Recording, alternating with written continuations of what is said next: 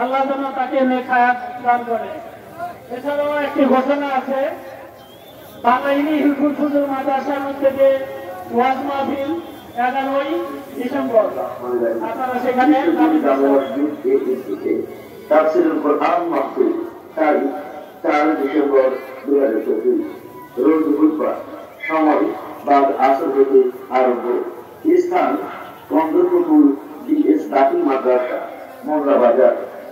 সভাপতিত্ব করবেন জনাব মোহাম্মদ নুরুল ইসলাম, বিশিষ্ট ব্যবসায়ী খাতা উস্তাদ। উক্ত মাহফিল প্রধান মুফাসসির, আন্তর্জাতিক খ্যাতি সম্পন্ন মুফাসসির কোরআন, বিশিষ্ট ইসলামী চিন্তাবিদ আল্লামা নুরুল ইসলাম কাসেম, এম.এ. ডাবল কাপ ক্লাস খতিব, বাইতুল কালাম মসজিদ। প্রধান বক্তা